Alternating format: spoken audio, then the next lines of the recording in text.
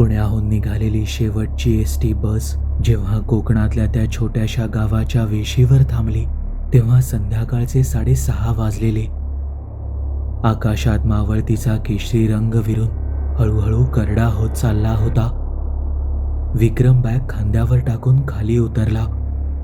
समोर पसरलेली भातशेतं, दूरवर दिसणारी सह्याद्रीची काळी भोर रांग आणि हवेत भरून राहिलेला मातीचा पावसाच्या पहिल्या सरींचा वास, सगळं तसंच होतं जसं लहानपणी सोडून गेला होता. फक्त रस्त्याच्या कडेला उगवलेली गवतं जरा जास्तच वाढलेली दिसत होती आणि गावातले दिवे मोजकेच इथे तिथे लुकलुकत होते. 12 वर्ष झाली होती या गावात पाऊल न ठेवता. शिक्षणासाठी शहरात गेला, तिथेच नोकरी लागली आणि तिथेच रमला. वडिलांशी फोनवर बोलणं व्हायचं, पण गावी येणं फार क्वचित. आणि आता वडील गेल्याची बातमी आली. नाईलाजाने यावं लागलं. जमिनीचा वाद होता आणि सगळ्यात महत्त्वाचं म्हणजे ते जुनं घर, आजोबांचं घर, नंतर वडिलांचं आणि आता विक्रमचं. वडिलांचा बालमित्र बाबू काका, जवळपास भावासारखा, तो बस स्टॉपवर वाट बघत उभा होता. खांद्यावर जुनी शाल, हातात कंदील, चेहऱ्यावर वयाच्या खुणा स्पष्ट. "ये रे बाबा, फार वाट बघितली तुझी," असं म्हणत त्याने विक्रमला मिठी मारली. डोळ्यात पाणी होतं. "काका, घराची अवस्था कशी आहे?" विक्रमने चालता चालता विचारलं. बाबू काकाचा चेहरा क्षणभर बदलला, जणू काहीतरी लपवत असल्यासारखा. "घर तर तसंच आहे रे बाबा, भक्कम आहे. जुन्या पद्धतीचं बांधकाम अजूनही टिकून आहे. पण तुझ्या बाबांनी शेवटच्या 6-7 महिन्यात ते घर सोडून इथं माझ्याकडे राहायला यायला सुरुवात केली होती." "का? आजारपणामुळे का जवळ राहायचे तुमच्या?" काका काहीच बोलले नाहीत, फक्त पावलं जरा जलद टाकायला लागले, जणू हा विषय टाळायचा होता. घर गावाच्या अगदी टोकाला होतं. बाकीच्या वस्तीपासून थोडं दूर एकाकी उभं.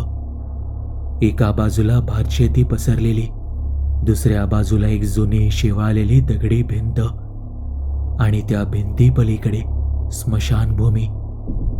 लहानपणी विक्रमला ही जागा फार आवडायची नाही, पण तेव्हा त्याला भीती वाटण्या इतकं समजतही नव्हतं. लहान मुलांना मोठी माणसं फक्त एवढंच सांगायची की तिकडे जाऊ नकोस, भूतभीत असतं. आणि लहान मुलांना ते एक साधं गूढ गमतीचं वाटायचं, इतकंच. आता बॅग आत ठेवत असताना त्याच्या लक्षात आलं की घराच्या मागच्या खिडकीतून थेट स्मशानातली मोकळी जागा दिसते. जुनी काळी पडलेली फरशी, चितारसायच्या ओळीने मांडलेल्या जागा, इथे तिथे विखुरलेली जुनी राख आणि अर्धवट जळालेली लाकडं, त्याच्याच कडेला उगवलेली रानटी झुडपं. "काका, हे घर स्मशानाला इतकं लागून कसं बांधलं गेलं मुळात?" त्याने आत गेल्या गेल्या विचारलं. "तेच तर सांगायचंय तुला." बाबू काका उंबऱ्यावर बसले, आत यायला तयार नव्हते, जणू घरात पाऊल टाकण्याची भीतीच वाटत होती. "विक्रम बाळा, एक गोष्ट आधीच लक्षात ठेव. रात्री अंधार पडल्यावर त्या मागच्या वाटेवरून, जिला आम्ही गावात मसणवाट म्हणतो, तिकडे जाऊ नकोस. त्या भिंतीजवळही उभा राहू नकोस, विशेषतः रात्री उशिरा." "का? काय आहे तिथे?" "एवढंच ऐक माझं आता. उद्या निवांत बोलू. आज दमला असशील प्रवासानं." काका उठले, खांद्यावरची शाल सावरली. "मी सकाळी येतो नाश्ता घेऊन. राहशील ना रे एकटा, का घाबरशील?" "नाही काका, ठीक आहे, मी राहीन." विक्रम हसला, पण मनात एक अस्पष्ट अस्वस्थता दाटून आली होती. काका निघून गेले आणि विक्रम एकटाच त्या रिकाम्या घरात उभा राहिला. भिंतीवर जुन्या फोटोंचे ठसे, धूळ साचलेले फर्निचर आणि कोपऱ्यात कोळ्यांची जाळी, असं सगळं पसरलेलं. 12 वर्षांचा एकटेपणा त्या घरभर पसरलेला दिसत होता. पण एक विचित्र गोष्ट त्याच्या नजरेस पडली. मागच्या खोलीतला जुना लाकडी चौकटीचा आरसा मात्र लख्ख पुसलेला होता. जणू कोणीतरी नुकतंच वापरून गेलं असावं. बाकी सगळीकडे बोटभर धूळ, पण त्या आरशावर एकही डाग नाही. त्याने ते फार मनावर घेतलं नाही. कदाचित बाबू काकाच येऊन साफ करत असतील असा विचार करून तो पुढे गेला. रात्री जुजबी जेवण करून विक्रम अंथरुणावर पडला. तीच जुनी खोली, तोच लाकडी पलंग ज्यावर लहानपणी झोपायचा.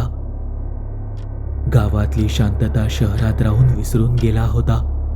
इतकी शांतता की स्वतःच्या श्वासाचा आवाज ऐकू यावा. घड्याळाची टिकटिक कांठाळ्या बसाव्यात इतकी मोठी वाटावी. आणि त्या शांततेत साधारण 11च्या सुमारास त्याला बाहेरून काहीतरी ऐकू आलं.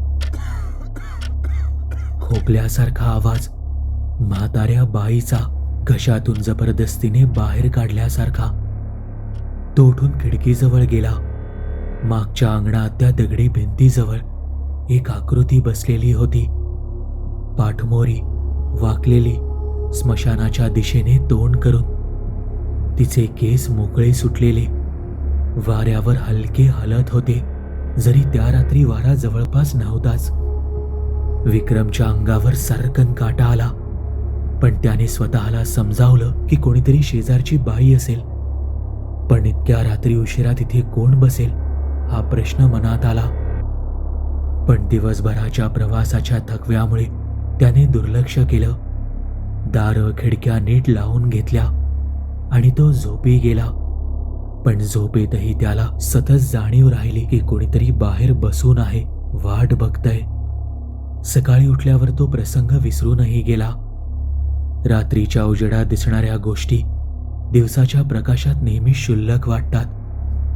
बाबू काका नाश्ता घेऊन आले, गप्पा झाल्या आणि दुपारी विक्रम गावातल्या किराणा दुकानात गेला काही जुजबी सामान आणायला. नमस्कार दादा, मी विक्रम, देशपांडेंचा मुलगा. दुकानदार गणपत त्याला बघून हसला आणि हातातलं काम सोडून पुढे आला. आरव विक्या, केवढा मोठा झालास. शेवटचं बघितलं होतं तेव्हा शाळेत होतास. जुन्या आठवणी निघाल्या, गप्पा रंगल्या. शाळेतले मित्र, गावातले बदल, कोण कुठे गेलं, कोण परत आलं. बोलता बोलता विक्रमने सहज विचारलं, दादा, काल रात्री आमच्या मागच्या भिंतीजवळ एक म्हातारी बसलेली दिसली मला. स्मशानाकडे तोंड करून बसलेली. कोण असेल हो? गावातली कोणी बाई आहे का?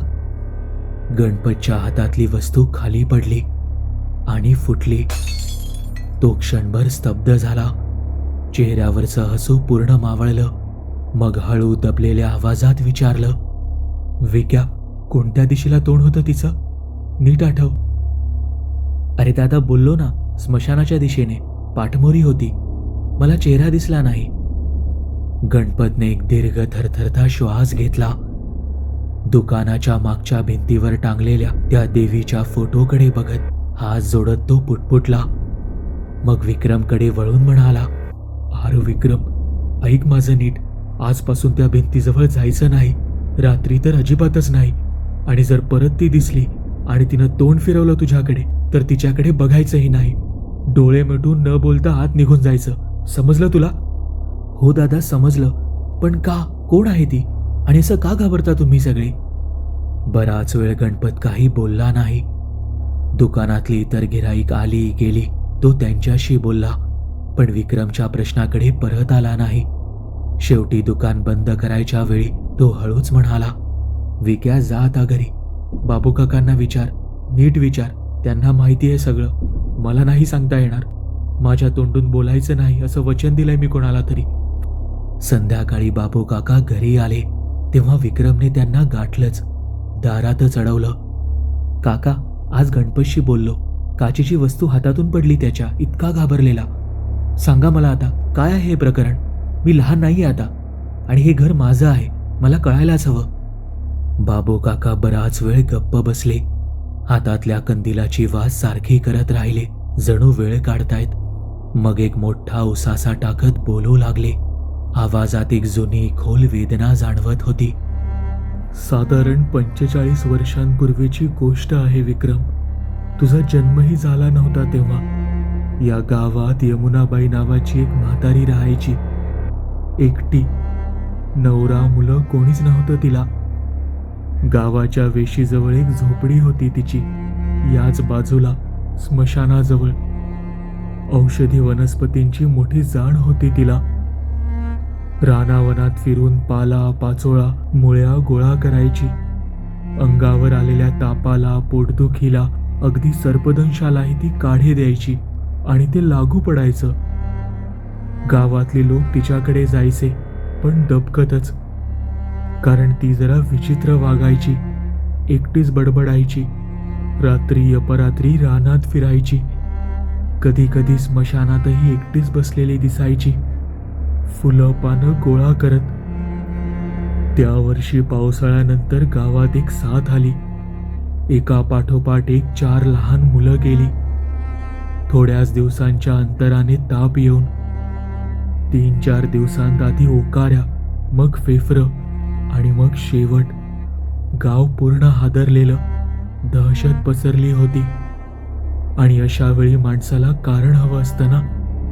कुणाला तरी दोष द्यायचा असतो. आणि कोणीतरी अफवा पसरवली की यमुनाबाईने जादूटोणा केला, तिच्या शापामुळे, तिच्या मंत्रतंत्रामुळे मुलं मेली. विक्रमच्या पोटात खड्डा पडला. पुढे काय होणार याची कल्पना येत होती. तरी विचारलं, मग काय झालं? रात्री जमाव जमला. दारू पिऊन जेव आलेला, हातात कोयते काठ्या घेऊन सगळे तिच्या झोपडीत घुसले. तिला केसांना धरून फरफटत ओढत नेलं थेट स्मशानात.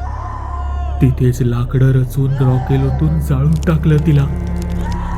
ती अजून जिवंत होती रे विक्रम.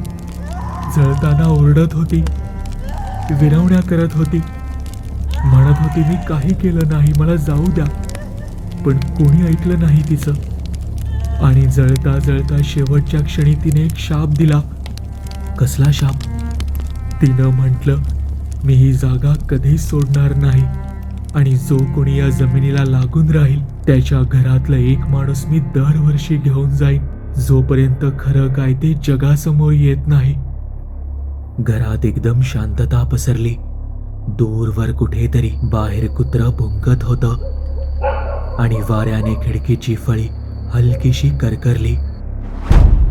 काका, तुम्हाला वाटतं हे खरं आहे? हा शाप खरा आहे? बाबू काकांनी विक्रमच्या डोळ्यात रोखून बघितलं. चेहऱ्यावरची भीती आणि खात्री दोन्ही एकत्र दिसत होते. तुझा आजोबा गेला अचानक हृदयविकाराने. तेव्हा तो फक्त 52 वर्षांचा होता, तब्येत ठणठणीत असताना. तुझी आजी 2 वर्षांतच गेली, तीही एका किरकोळ आजारात. आणि आता तुझे बाबा, कॅन्सर म्हणे डॉक्टर. पण त्याआधी शेवटचे 6 महिने तो या घरात राहतच नव्हता, माझ्याकडे राहायचा. रात्री झोपेत दचकून उठायचा, म्हणायचा रात्री ती दिसते भिंतीजवळ आणि आता जवळजवळ येते. पहिल्यांदा दूर बसायची, मग अंगणात, मग खिडकी बाहेर उभी राहायची. विक्रमच्या अंगावर काटा आला, हात थरथरायला लागले. तुम्ही आधी का नाही सांगितलं मला? फोनवर बोलायचो तेव्हा तरी सांगायचं. कारण मला वाटलं नव्हतं तू परत या घरात राहायला येशील. वाटलं होतं विकून टाकशील, कागदपत्र करून निघून जाशील शहरात परत. काका उठले, कंदील उचलला. पण आता आलाच आहेस तर सावध राहा आणि शक्य असेल तर हे घर विकून टाक विक्रम. इथे राहू नकोस, माझ्याकडे राहा हवं तर.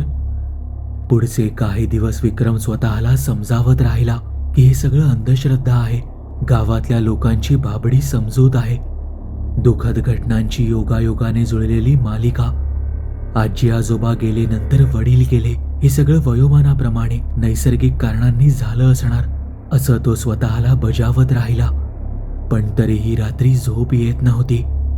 दिवसा तो जमिनीच्या कागदपत्रांचं, बँकेच्या कामाचं बघत राहिला, पण मन सतत त्या भिंतीकडे ओढलं जायचं. चौथ्या रात्री पुन्हा तोच खोकल्याचा आवाज, त्याच वेळी, साधारण 11च्या सुमारास. यावेळी विक्रमने ठरवलं, भीतीने डोळे मिटून बसण्यापेक्षा बघायचंच काय आहे ते. तो हळूच मागच्या दाराशी गेला. दार किलकिलं करून बाहेर बघितलं. चांदणं पडलेलं होतं आणि त्या फिकट उजेडात भिंतीजवळची आकृती स्पष्ट दिसत होती. एक म्हातारी, फाटकं मळकं पातळ नेसलेली, पाठीतून काहीशी वाकलेली, केस मोकळे सोडलेले, विस्कटलेले, आणि तिच्या अंगातून खांद्यावरून बारीक दुराच्या रेषा वर उठत होत्या. जणू ती अजूनही आतून धुमसतीये. 45 वर्षानंतरही. विक्रमचा श्वास रोखला गेला. पाय जमिनीत रुतल्यासारखे झाले. तितक्यात ती हळूहळू वळू लागली. जणू तिला त्याच्या उपस्थितीची जाणीव झाली असावी. तिचा चेहरा म्हणजे विक्रमला आयुष्यात कधीही विसरता येणार नाही असा. जळालेली काळवंडलेली त्वचा, जागोजागी भेगा पडलेली, आणि त्या भेगांमधून आतला लालसर, अजूनही निखाऱ्यासारखा जळणारा भाग हलकासा चमकत होता. नाक जवळपास वितळून गेलेलं, ओठ आकसलेले, दात उघडे पडलेले, अगदी पांढरे शुभ्र, बुबुळ नसलेले, पण तरीही थेट विक्रमकडे रोखलेले. जणू ते त्याला बघू शकत होते. तिने ओठ हलवले, काहीतरी पुटपुटली. विक्रमला शब्द स्पष्ट ऐकू आले नाहीत. हवेतून नाही, पण तिच्या तोंडातली कुजबूज त्याच्या मनात थेट शिरल्यासारखी वाटली. अजून वेळ आलेली नाही. तो जोरात दार लावून आत आला. कडी लावली. सर्वांगाला घाम फुटलेला. हृदय जोरजोरात धडधडत होतं. त्याला रात्रभर झोप आली नाही. तो तसाच पलंगावर बसून राहिला, कानोसा घेत, प्रत्येक आवाजाला दचकत. दुसऱ्या दिवशी सकाळी विक्रमने ठरवलं, यामागे काहीतरी सत्य असलंच पाहिजे, आणि ते शोधल्याशिवाय गत्यंतर नाही. फक्त घर विकून पळून जाणं त्याला बरोबर वाटलं नाही. त्याने मनातल्या मनात हिशोब मांडला. जर खरं शाप असेल आणि तो या जमिनीला लागून राहणाऱ्या कुटुंबाला बांधलेला असेल, तर घर विकलं तरी नवीन मालकावर तो शाप पडेल, किंवा कदाचित तो शाप देशपांडे घराण्याचा पिच्छा करेल कुठेही गेलं तरी. आणि विक्रमचं लग्न ठरलेलं होतं पुढच्याच वर्षी शहरातल्याच एका मुलीशी. मुलं बाळं होणार, आणि हा शाप त्यांच्यापर्यंत पोहोचला तर. हा विचारच त्याला अस्वस्थ करत होता. त्याने गावात चौकशी करायला सुरुवात केली. जुन्या नोंदी शोधायला लागला. ग्रामपंचायतीच्या धूळ खात पडलेल्या त्या जुन्या रेजिस्टरमध्ये, तालुक्याच्या कोर्टाच्या अभिलेखागारात, जुन्या वर्तमानपत्रांच्या पिवळ्या पडलेल्या कातरणांमध्ये त्याने तासनतास घालवले. बाबू काकांनीही मदत केली. एका आठवड्याच्या शोधानंतर एक धागा हाती लागला. तालुक्याच्या जुन्या पोलीस स्टेशनमध्ये चौकशी करताना कळलं की त्या काळात एक हवालदार आता निवृत्त होऊन याच गावाच्या शेजारच्या वाडीत राहतो. शंकर पाटील, वय 80च्या घरात, पण स्मरणशक्ती अजूनही तल्लख. विक्रम त्याला थेट भेटायला गेला. सुरुवातीला म्हातारा टाळाटाळ करत राहिला, पण विक्रमने जेव्हा सांगितलं की तो देशपांडेंचा मुलगा आहे आणि सत्य शोधायचा प्रयत्न करतोय, तेव्हा त्यांच्या चेहऱ्यावरचे हावभाव बदलले. यमुनाबाईवर आरोप झाला खरा, पण ती मुलं तापाने नाही मेली. म्हातारा हवालदार हळू, कापऱ्या आवाजात बोलला, इकडे तिकडे बघत, जणू कोणी ऐकतंय का याची भीती वाटावी. त्या काळात मी नुकताच ड्युटीवर रुजू झालो होतो. मुलांच्या शरीरावर विषाची लक्षणं होती. निळसर बोट, तोंडाभोवतीचा फेस. डॉक्टरने पोस्टमॉर्टम अहवालात लिहिलं होतं तसं, स्पष्ट शब्दांत. पण तो अहवाल कधीच उघड झाला नाही, वरून दाबला गेला. मग खरा गुन्हेगार कोण होता? शंकर पाटलांनी विक्रमकडे बराच वेळ बघितलं. चेहऱ्यावर संकोच, अपराधीपणा स्पष्ट दिसत होता. मग नजर चुकवत हळू आवाजात म्हणाला, तुझ्या आजोबांच्या भावाचं, म्हणजे तुझ्या पणजोबांच्या धाकट्या मुलाचं नाव होतं त्यात संशयितांत. विक्रमला जोरदार धक्का बसला. काय? माझ्याच घराण्यातलं कोणीतरी? त्या मुलाचं नाव दिनकर देशपांडे. जमिनीच्या वादात त्याचा एका शेजाऱ्याशी, गणेश कुलकर्णीशी तीव्र वाद होता. पिढ्यानं पिढ्या चालत आलेला बांधाचा वाद. त्या शेजाऱ्यांची 2 मुलं मेलेल्या 4 मुलांमध्ये होती. आणि दिनकरच्या घरात त्याच वर्षी उंदीर मारायचं विष गायब झाल्याची नोंद होती. त्याच्याच एका नोकराने माझ्याकडे तक्रार नोंदवली होती. नंतर ती तक्रार मागे घेतली गेली. पण त्याला शिक्षा का नाही झाली? तपास का थांबला? कारण यमुनाबाईवर आधीच आरोप ठेवून त्या जमावाने तिला संपवलं होतं. एकदा गुन्हेगार सापडला, जळून खाक झाला की तपास पुढे कोण चालवणार? आणि दिनकरचं कुटुंब म्हणजे तुझं कुटुंब गावात प्रतिष्ठित होतं. जमीन जुमला होता, पंचायतीत वजन होतं. कोणी बोट दाखवायचं धाडस केलं नाही. मीही केलं नाही. कबूल करतो मी. वरिष्ठांनी सांगितलं केस बंद कर आणि मी बंद केली. पाटलांचा आवाज खाली गेला. डोळ्यात पाणी तळालं. माफी मागायला उशीर झालाय आता पोरा, माहितीये मला. पण तुला सत्य कळावं म्हणून सांगतोय. कारण मी मरायच्या आधी हे कोणाला तरी सांगायलाच हवं होतं. विक्रम सुन्न होऊन बसला. त्याचं स्वतःचं घराणं, त्याचे पणजोबांचे कुटुंब एका निरपराध बाईच्या भयानक हत्येमागचं खरं कारण होतं. शेवटी त्याच्याच रक्तात हा गुन्हा वाहत होता. त्याने ठरवली नव्हती अशी रात्र होती ती. कोणाला न सांगता बाबू काकांच्या इशाऱ्याकडे दुर्लक्ष करून विक्रम एकटाच त्या भिंतीजवळ गेला. सत्य कळलंय एवढं तरी तिला आत्ताच सांगायचं होतं त्याला. उद्यापर्यंत थांबायची त्याला गरज वाटली नाही. भिंतीजवळ ती आधीच वाट बघत बसली होती. जणू तिला माहीतच होतं तो येणार. मला कळलंय, तो घाबरतच म्हणाला. दिनकर माझ्या पणजोबांचा भाऊ, त्यानेच खरं विष घातलं होतं. उद्या मी संपूर्ण गावाला सांगेन. पाटलांची साक्ष आहे माझ्याकडे. पुरावे नकोत मला, ती म्हणाली. मला फक्त एवढंच हवं होतं, त्या रक्तातलं कोणीतरी स्वतःहून माझ्या समोर यावं, लपून न राहता, जसा दिनकर कधीच आला नाही. मी आलोय आता. आता तू मुक्त होशील ना? आता हा शाप संपेल ना? तिने मान हलवली. नकारार्थी नाही, जवळपास समाधानाने. शाप एका गोष्टीसाठी होता, तुझ्या कुटुंबाचं रक्त थांबावं म्हणून.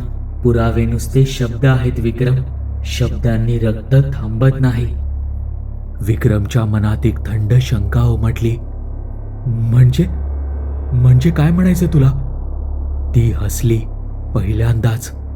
तुझा बाप शेवटच्या दिवसात माझ्याकडे बघायचंही धाडस करत नव्हता. तुझा आजोबा घाबरून पळाला, पण तू एकटा आलास न घाबरता.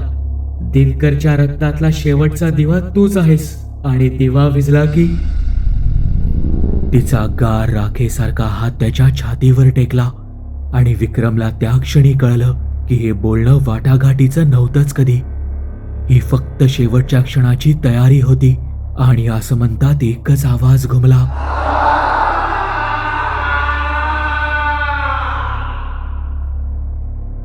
सकाळी बाबू काका नेहमीप्रमाणे नाश्ता घेऊन आले. तेव्हा घराचं मागचं दार उघडच होतं. विक्रम भिंतीजवळ पडलेला सापडला. चेहऱ्यावर भीतीचा लवलेशही नव्हता. डॉक्टरांनी हृदयविकाराचा झटका असं निदान केलं. गावात एकच बातमी पसरली.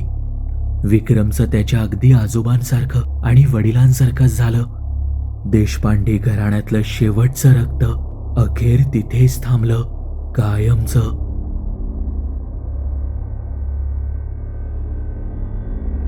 तुम्हाला ही कथा आवडली असेल तर या व्हिडिओला लाईक आणि शेअर करायला विसरू नका. जर तुम्ही आपल्या चॅनलवरती नवीन असाल तर आपल्या चॅनलला सबस्क्राईब नक्की करा आणि बेल आयकॉनवरती क्लिक करा, म्हणजे तुम्हाला पुढील येणाऱ्या व्हिडिओचे नोटिफिकेशन लगेच मिळेल. तुमच्याकडेही अशा कथा किंवा अनुभव असतील तर ते तुम्ही मला आपल्या वेबसाईटद्वारे म्हणजेच TEKStoryteller.com द्वारे पाठवू शकता. त्याची लिंक मी या व्हिडिओच्या डिस्क्रिप्शनमध्ये दिली आहे. आपल्या चॅनलबद्दलचे अपडेट्स मिळवण्यासाठी आपल्या फेसबुक, इंस्टाग्राम, ट्विटर आणि टेलिग्राम या चॅनल्सला फॉलो करायला विसरू नका. आपल्या चॅनलवर पोस्ट झालेल्या सगळ्या कथा तुम्ही आता आपल्या वेबसाईटद्वारेही वाचू शकता. त्यासाठी आपल्या वेबसाईटला म्हणजेच TEKStoryteller.com ला भेट द्यायला विसरू नका.